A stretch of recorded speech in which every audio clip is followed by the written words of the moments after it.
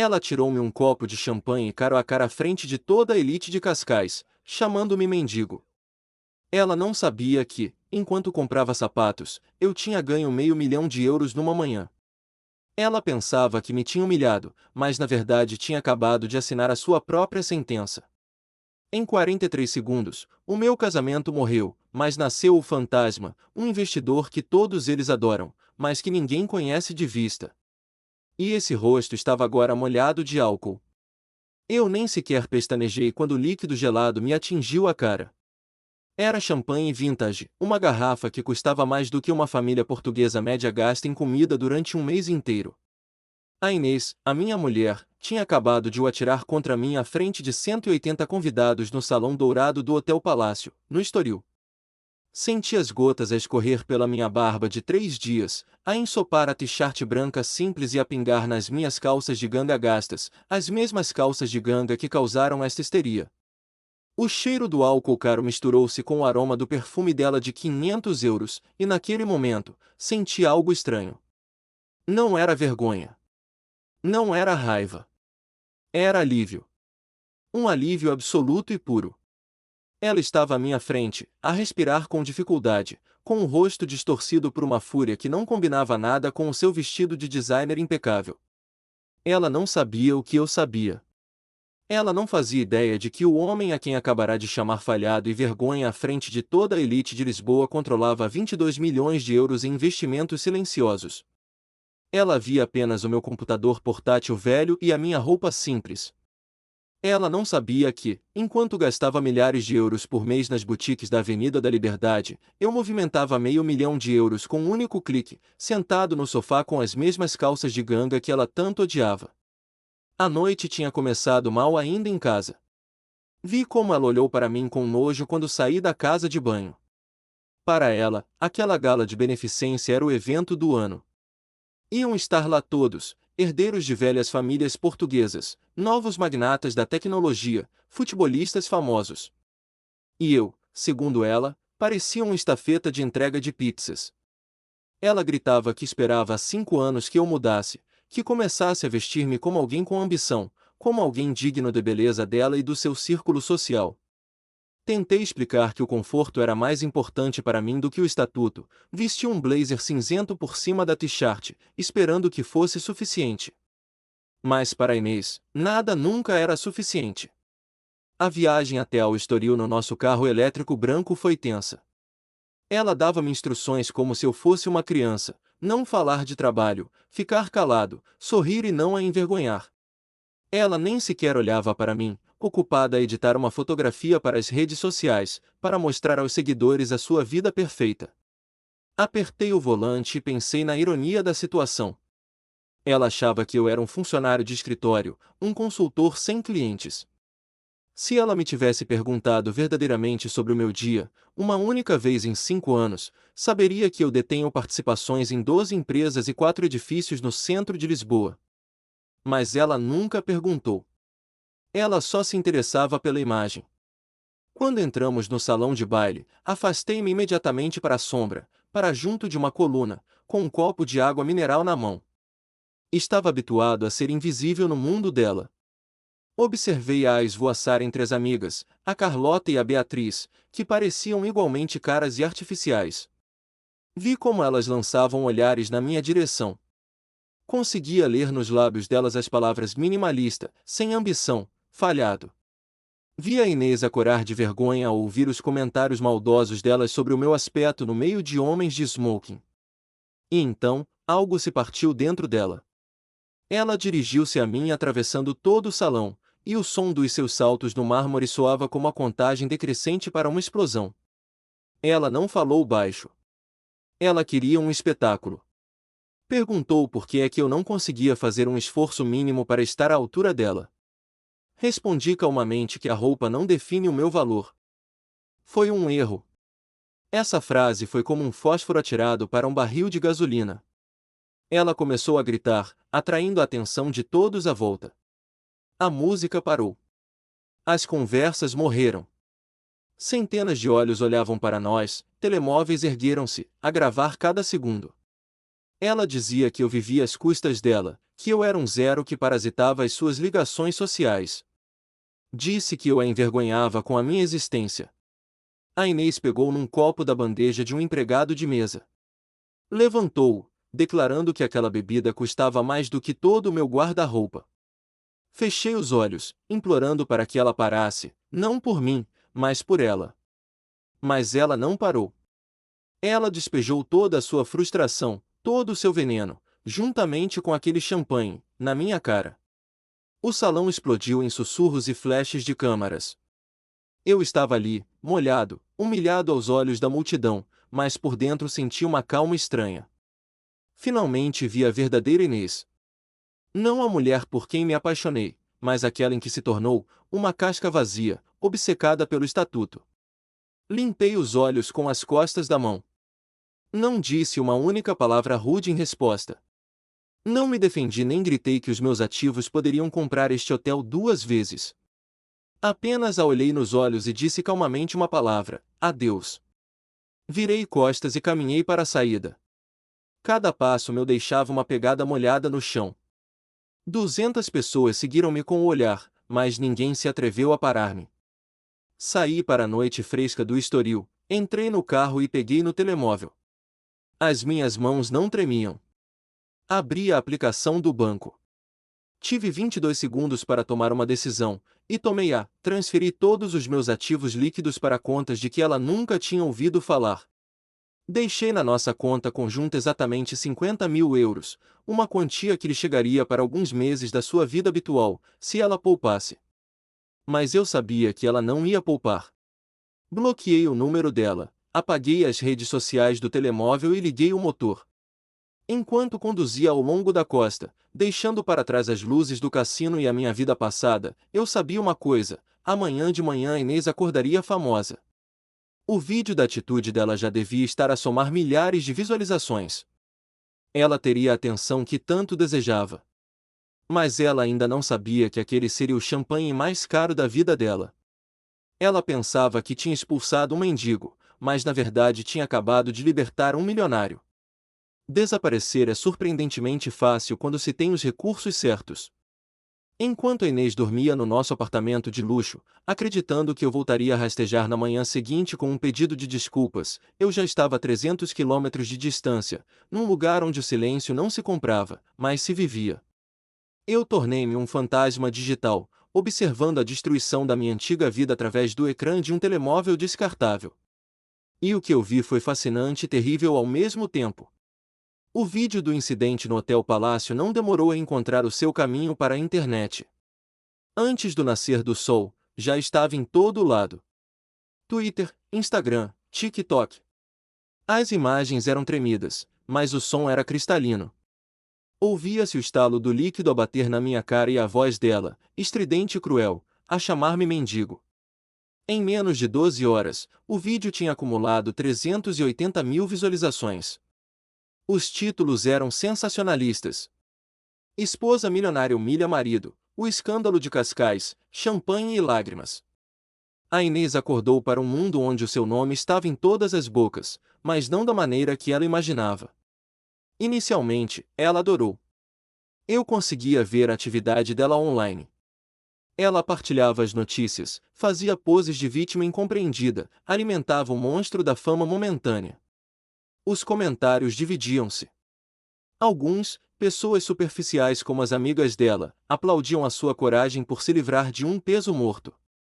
Diziam que ela merecia melhor, que um homem que se veste mal numa gala é um desrespeito à mulher.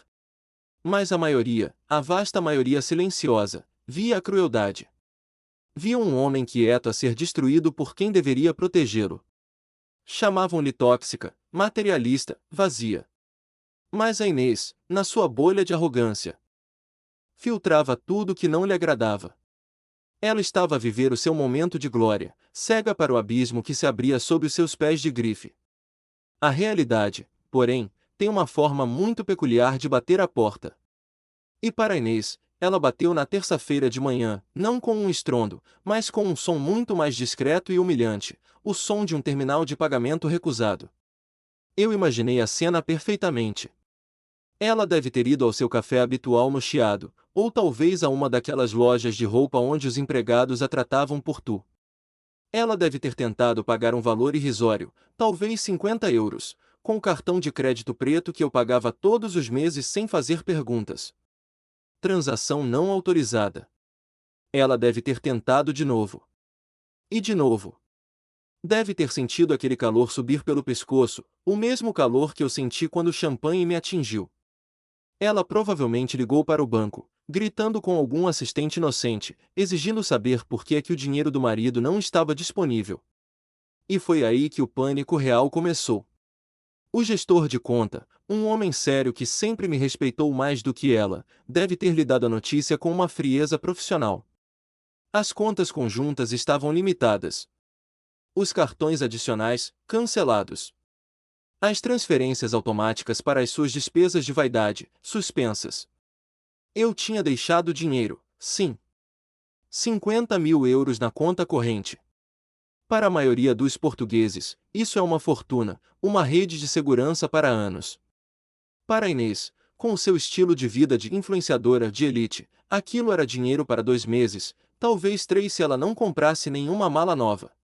Mas o choque não foi o valor. Foi a perda de controle.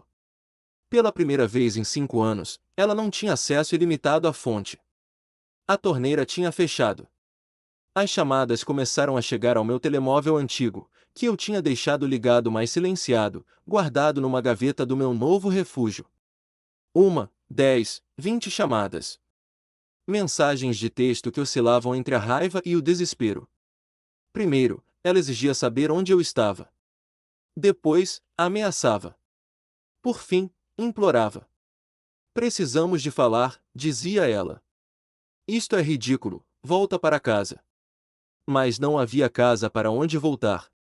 Aquele apartamento, com os seus móveis de design e a vista para o Tejo, nunca tinha sido um lar. Era um cenário, e o ator principal tinha se despedido. Passaram-se 48 horas. O silêncio da minha parte era a resposta mais barulhenta que eu podia dar. Ela começou a perceber que isto não era uma birra. Não era uma discussão de casal que se resolvia com uma joia e um jantar. O homem que ela desprezava, o morno, o sem ambição, tinha feito a jogada mais ambiciosa de todas, tinha desaparecido completamente. Eu tinha retirado o chão debaixo dela sem tocar num único tijolo. Enquanto ela lidava com a vergonha financeira privada, a vergonha pública continuava a crescer. O vídeo chegou aos programas de televisão da manhã. Comentadores sociais analisavam a nossa linguagem corporal. Psicólogos falavam sobre narcisismo e humilhação pública. A Inês, que queria ser famosa, tornou-se infame. As marcas que lhe enviavam presentes começaram a afastar-se silenciosamente. Ninguém quer associar o seu produto a uma mulher que humilha o marido. O brilho do ouro falso estava a descascar, revelando a ferrugem por baixo. E eu, no meu exílio voluntário, apenas observava, sentindo uma tristeza estranha. Eu não queria destruir a vida dela. Eu apenas queria que ela visse, pela primeira vez, que o valor de um homem não cabe numa carteira, e que o preço da arrogância é sempre, invariavelmente, a solidão. A sexta-feira trouxe o golpe final, aquele que não atinge a conta bancária, mas destrói a própria noção de realidade. O banco contactou a Inês, solicitando a sua presença imediata na agência central da Avenida da Liberdade. Eu imagino que ela tenha ido até lá com a cabeça erguida, pronta para repreender os funcionários incompetentes que bloquearam os cartões de crédito da esposa de um consultor financeiro. Ela deve ter entrado naquele edifício imponente de mármore e vidro com a certeza de que sairia de lá com um pedido de desculpas e o limite do cartão restaurado. Ela não sabia que estava a caminhar para o seu próprio funeral financeiro. O gerente de conta, um homem discreto que conhecia os meus segredos há mais de uma década, recebeu-a não no balcão geral, mas no escritório privado do andar superior, reservado aos clientes de patrimônio ultra-elevado. A Inês, na sua ignorância, provavelmente nem percebeu a distinção. Ela sentou-se na cadeira de pele, impaciente, à espera que ele resolvesse o erro informático. Foi então que ele abriu a pasta e a verdade, fria e numérica, foi colocada sobre a mesa de mogno.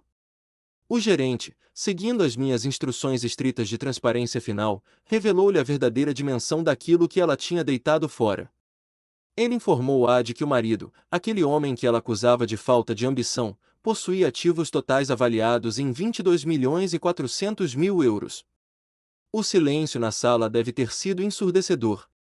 O gerente explicou detalhadamente que esses milhões não eram fruto de sorte ou herança, mas de uma década de investimentos cirúrgicos em tecnologia, criptomoedas compradas quando ninguém acreditava nelas e participações silenciosas em 12 das startups mais promissoras da Europa.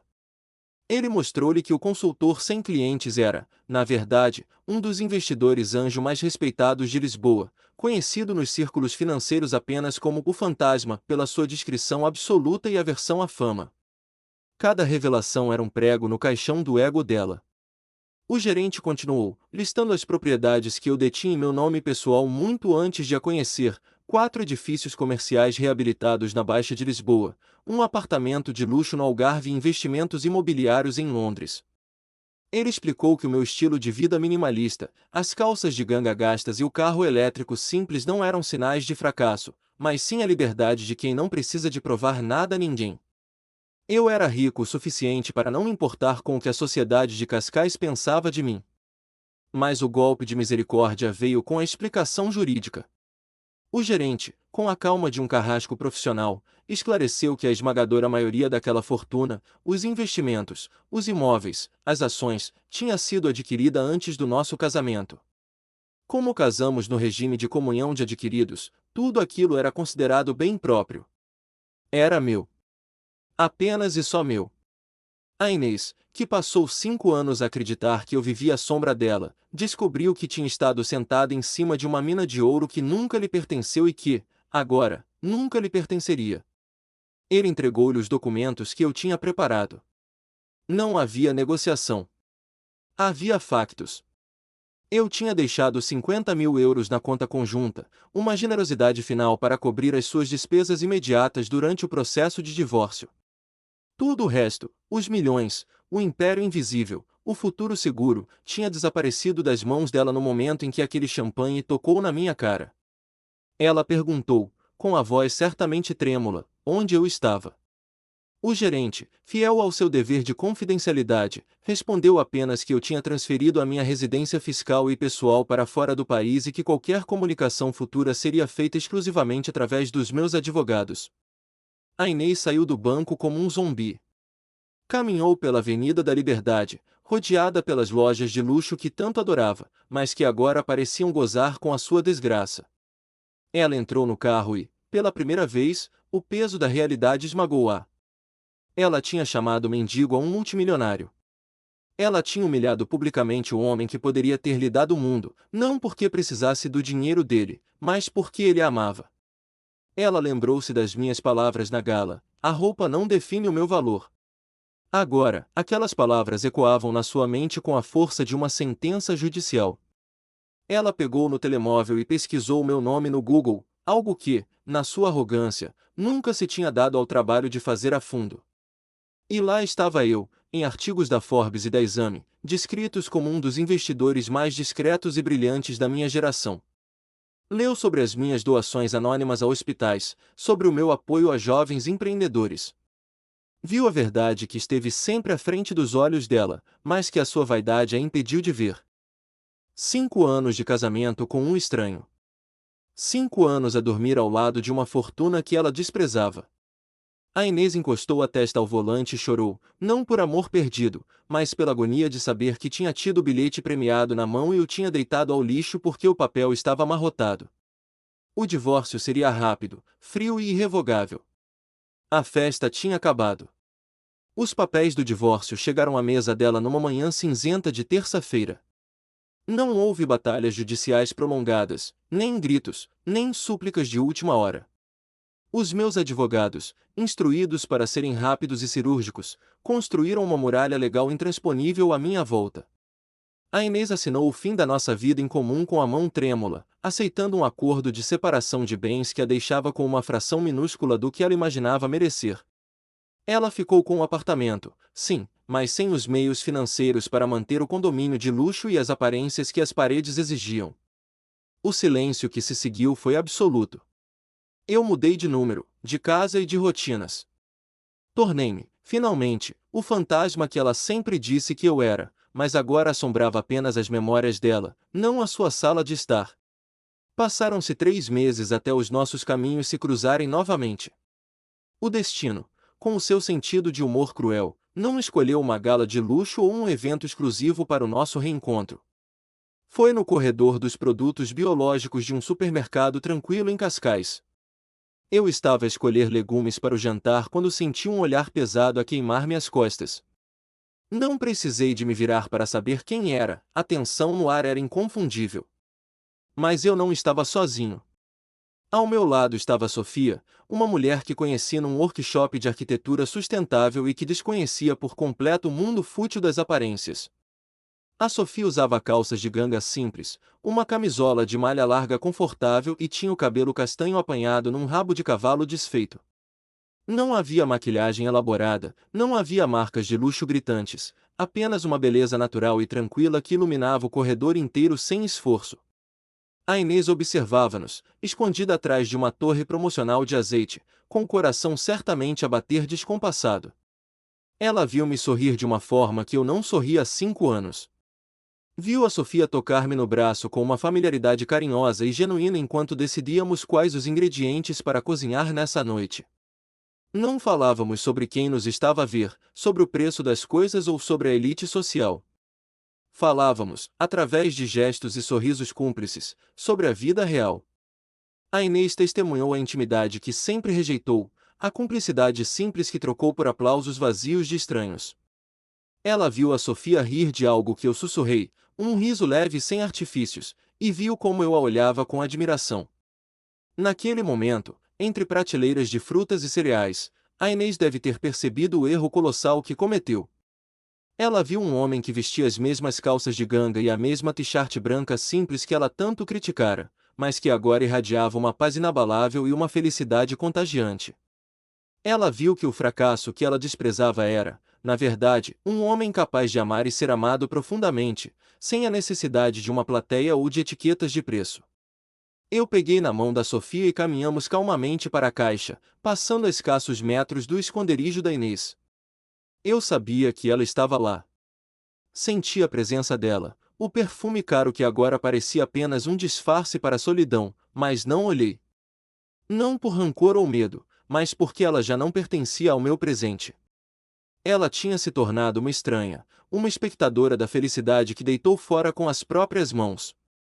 Nós saímos para o sol da tarde, rindo e planeando nosso fim de semana no Alentejo, enquanto ela ficava para trás, sozinha no frio artificial do supermercado, abraçada apenas pelo arrependimento e pelo eco silencioso das suas escolhas irreversíveis. Passaram-se 6 meses desde aquela noite fatídica no Estoril. Hoje, o meu rosto está na capa de uma das revistas de negócios mais prestigiadas do país, mas não estou vestido com um fato italiano feito à medida. Na fotografia, estou a usar uma camisa de linho simples, a sorrir com a serenidade de quem não tem nada a esconder. O título da reportagem diz: O poder do silêncio, como a nova geração de ricos redefine o sucesso. No artigo, falo abertamente sobre a minha filosofia de vida, sobre como o verdadeiro luxo é a liberdade, a privacidade e o tempo, não os logótipos gritantes ou as festas exclusivas onde ninguém se conhece verdadeiramente. Não mencionei o nome da Inês uma única vez durante a entrevista. A melhor vingança, descobri, não é o ataque, mas o esquecimento absoluto. Sei que ela leu a revista. Imagino-a sentada no chão de mármore frio do apartamento que foi obrigada a colocar à venda na semana passada, rodeada por caixas de mudanças e pelo silêncio ensurdecedor da sua nova realidade. O dinheiro do acordo de divórcio, que ela considerou uma esmola insultuosa, evaporou-se rapidamente na tentativa desesperada e patética de manter um estilo de vida que já não lhe pertencia. As supostas amigas, a Carlota e a Beatriz, desapareceram no exato momento em que os convites para os camarotes VIP e os jantares pagos deixaram de chegar. A elite de Lisboa, implacável e volúvel, virou-lhe as costas. Ela ficou conhecida na sociedade não como a mulher sofisticada que aspirava a ser, mas como a mulher do champanhe, um exemplo vivo e triste sobre a futilidade e a ingratidão. Enquanto ela conta agora os cêntimos para pagar a conta da luz num apartamento alugado nos subúrbios, eu observo o pôr do sol no alpendre da minha casa de campo no Alentejo, com a Sofia ao meu lado e um copo de vinho tinto de 3 € na mão. O vinho é barato, mas o momento é impagável. A Inês queria desesperadamente um príncipe de conto de fadas, mas estava demasiado cega pelo brilho falso das aparências para reconhecer o rei que tinha em casa, sentado no sofá de jeans gastos. Ela aprendeu da maneira mais dura que a arrogância é uma dívida com juros altíssimos, e agora passará o resto da vida a pagá-la, assombrada pela memória do homem que desprezou e pela fortuna que escorreu por entre os seus dedos tal como aquele champanhe dourado. A justiça foi feita, não por um tribunal, mas pela própria vida.